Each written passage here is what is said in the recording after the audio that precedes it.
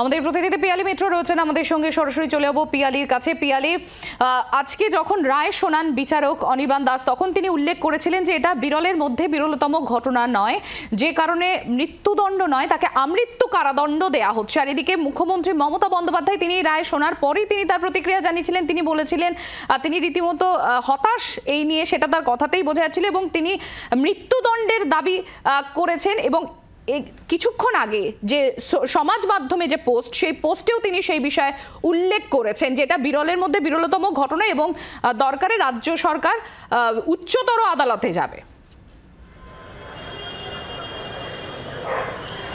একেবারেই দেখো, এই বিষয়টা নিয়ে বিতর্ক অনেক পক্ষেই এটা তুলছে যে কেন এখানে যেখানে প্রভিশন ছিল সেক্ষেত্রে কেন মৃত্যুদণ্ড নয়, সেটা নিয়ে বিতর্ক হয়েছে। এবং প্রত্যেকেরই বক্তব্য যে সাধারণত কোন কোন ক্ষেত্রগুলো থাকলে একটি ঘটনাকে রেয়ারেস্ট অফ দ্য রেয়ার বিবেচনা করে মৃত্যুদণ্ড যাওয়া যেতে পারে, তার বিশেষজ্ঞরা সেই ব্যাখ্যাও দিচ্ছেন। এবং সুপ্রিম কোর্টের এক্ষেত্রে কি গাইডলাইন্স রয়েছে বা কি নির্দেশ রয়েছে, এবং এক্ষেত্রে দাঁড়িয়েই কিন্তু সেই প্রশ্নটা উঠছে। এবং মুখ্যমন্ত্রী মমতা বন্দ্যোপাধ্যায় সেটা নির্দিষ্টভাবে উল্লেখ করেছেন তার যে সোশ্যাল মিডিয়া পোস্ট, সেখানে তিনি জানিয়েছেন যে তারা উচ্চ আদালতে যাবে, হাইকোর্টে যাবে, ফাঁসির সপক্ষে তারা আপিল করবে।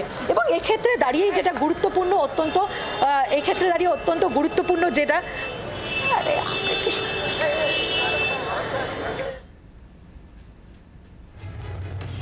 আপনাদের জানাই, আপনারা শুনেছেন আজকে যখন রায় দেয়া হয়, সিভিক ভলেন্টিয়ার সঞ্জয় রায়ের যখন শাস্তি ঘোষণা হয়, সেই শাস্তি ঘোষণা যখন রায় দেয়া হয়, সেখানে শিয়ালদা আদালতের বিচারক অনির্বাণ দাস তিনি বলেন যে এটা বিরলের মধ্যে বিরলতম ঘটনা নয়, বিরলের মধ্যে বিরলতম ঘটনা এটা নয়, সেই কারণে তার আমৃত্যু কারাদণ্ড দেয়া হলো। এবং তারপর মুখ্যমন্ত্রী মমতা বন্দ্যোপাধ্যায় পোস্ট এবং তার প্রতিক্রিয়া। আমি আরও একবার চলে যাবো পিয়ালির কাছে। পিয়ালি, ঠিক তুমি যেটা জানাচ্ছিলে যে এই বিষয়টি যে উঠে আসছে, বিচারক তিনি বলছেন এটা বিরলের মধ্যে বিরলতম ঘটনা নয়, কিন্তু সমাজ মাধ্যমে এমনকি মুখ্যমন্ত্রী মমতা বন্দ্যোপাধ্যায় তিনি বলছেন এটা বিরলের মধ্যে বিরলতম ঘটনা। এই বিষয়টি যদি একটু আমাদেরকে জানাও যে কি কি প্রভিশন রয়েছে রেয়ারেস্ট অফ দ্য রেয়ার কেসের ক্ষেত্রে। একেবারে দেখো, প্রথমে তোমাকে বিচারকের একটু অবজারভেশনের একটা গুরুত্বপূর্ণ পার্ট সেটা পড়ে শোনাবো, যেটা যে 170 পাতার জাজমেন্টের কপি, তার যে 169 পাতাতে তিনি যেটা লিখছেন 169 পেজে, সেখানে অত্যন্ত গুরুত্বপূর্ণ একটু পড়ে শোনানো দরকার। সেখানে কেন তিনি এই বিরলের মধ্যে বিরলতম ঘটনা বা এটাকে মৃত্যুদণ্ড দিচ্ছেন না, তার একটা ব্যাখ্যা তিনি দিয়েছেন। এবং সেখানে তিনি লিখছেন, the judiciary's primary responsibility is to uphold the rule of law and ensure justice based on evidence, not public sentiment। অর্থাৎ আইনের কাছে পাবলিক সেন্টিমেন্ট নয়, যেটা গুরুত্বপূর্ণ সেটা হচ্ছে এভিডেন্স। এবং এক্ষেত্রে দাঁড়িয়ে it is prime importance that the court maintain its objectivity and impartiality by focusing solely on the facts and evidence presented during the trial rather than being swayed by the public opinion or emotion।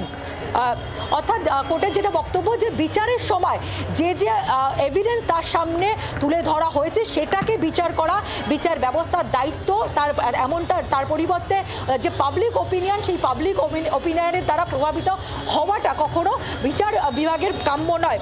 এবং ফার্দারমোর, the court must consider the right and circumstances of the accused।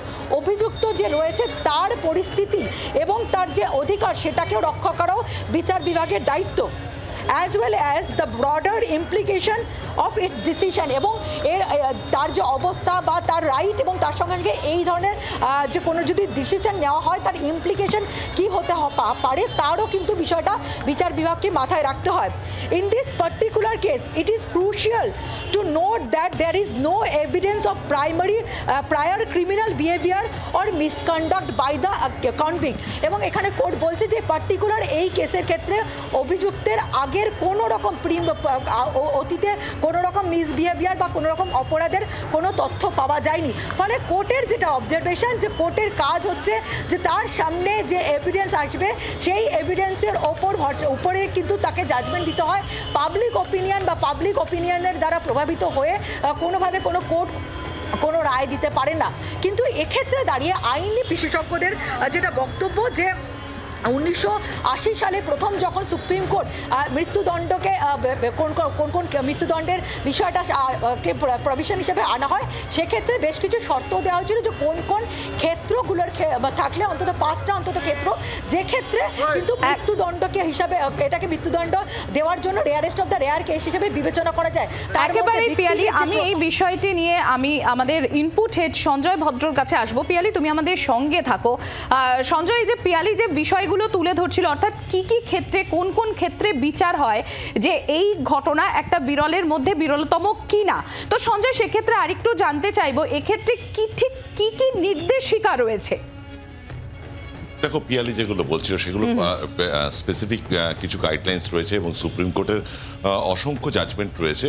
যদিও এটি Bachchan Singh versus state of পাঞ্জাবের যে judgement, সেই জাজমেন্টটিকে এক্ষেত্রে কিন্তু mother judgement বলে ধরা হয়। তার পরবর্তীকালে বহু মামলাতে যেখানে ফাঁসি হয়েছে এবং ফাঁসির আদেশ শোনানোর পরে অবশ্যই অ্যাকিউজ পার্সন যারা রয়েছে তারা হায়ার কোর্টে অ্যাপিল করেছে এবং বহু ফাঁসির মামলার কিন্তু সর্বোচ্চ আদালত পর্যন্ত পৌঁছেছে এবং সেখানে পক্ষে বা বিপক্ষে, অর্থাৎ অভিযুক্তের পক্ষে বা দোষী যিনি ব্যক্তি তার পক্ষে বা বিপক্ষে একাধিক জাজমেন্ট বা একাধিক অবজারভেশন রয়েছে সুপ্রিম কোর্টের। এবং এক্ষেত্রে সারা ভারতবর্ষের আইনেই যেটা আমরা দেখি যে কোনো প্রসিডিংয়ের ক্ষেত্রে সেই জাজমেন্টগুলোর রেফারেন্স বারবার টেনে আনা হয়। এবং এক্ষেত্রেও যেটা হয়েছিল যে প্রসিকিউশনের পক্ষ থেকে তারাও কিন্তু বেশ কিছু জাজমেন্ট তুলে ধরেছে, রেফারেন্স দিয়েছিলেন সুপ্রিম কোর্টের বেশ কিছু জাজমেন্টের। এবং প্রসিকিউশনের এবং ডিফেন্সের পক্ষ থেকে সঞ্জয় রায়ের যিনি আইনজীবী ছিলেন তিনিও কিন্তু 3টি জাজমেন্ট, স্পেসিফিক জাজমেন্টের কথা তুলে ধরেন যেখানে ডেথ সেন্টেন্স কমিউট করা হয়নি বা তার থেকে কম দেওয়া হয়েছে, সে জায়গাগুলো তুলে ধরা হয়েছিল। ফলে যে কোনো কেসই কিন্তু একটি ইউনিক কেস এবং সেই ইউনিক কেসগুলো দেখা হয় সেই কেসের বিচারে। কিন্তু যেটা পিয়ালি বলছিল যে অত্যন্ত গুরুত্বপূর্ণ যে প্রত্যেকটি মামলাতে যে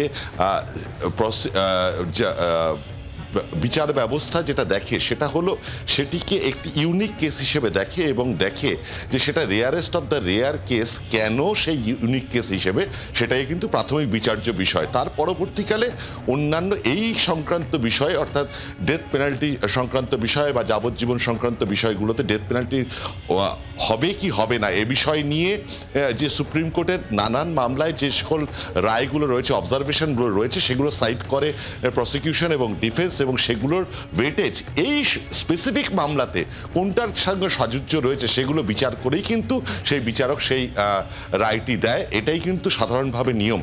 এই জায়গায় দাঁড়িয়ে যে rarest of the rare case নয় বলে যে বিচারক অনির্বাণ দাস মনে করেছেন, সেগুলো কিন্তু প্রসিকিউশনের দেওয়া যে কোন কোন অবজারভেশন, কোন কোন রেফারেন্সগুলো যেগুলো সুপ্রিম কোর্টে আলোচিত হয়েছে এবং সুপ্রিম কোর্টে দেওয়ার অর্ডারের মধ্যে রয়েছে যে কোনো একজন দোষীকে কেন মৃত্যুদণ্ড দেওয়া হলো, সেই রেফারেন্সগুলো তিনি যেমন রিলায় আপন করেছেন, তেমন পাশাপাশি ডিফেন্সের দেওয়া যে মামলাগুলো যেখানে কেন ফাঁসি নয় সেগুলো তিনি ওয়ে আপন করেছেন। এবং প্রত্যেকটি রেফারেন্স পয়েন্ট এই মামলাটিতে, অর্থাৎ আরজি করের ধর্ষণ এবং খুনের মামলাটিতে ইউনিক কেস হিসেবে দেখে কোন মামলার সাথে কোন মামলাগুলোর রেফারেন্স এই ক্ষেত্রের সঙ্গে সাযুজ্য রয়েছে সেগুলো বিচার করে তবেই কিন্তু তিনি এটা মনে করেছেন, এই জায়গায় তার ডিসক্রিপশনারি পাওয়ার ইউজ করেছেন।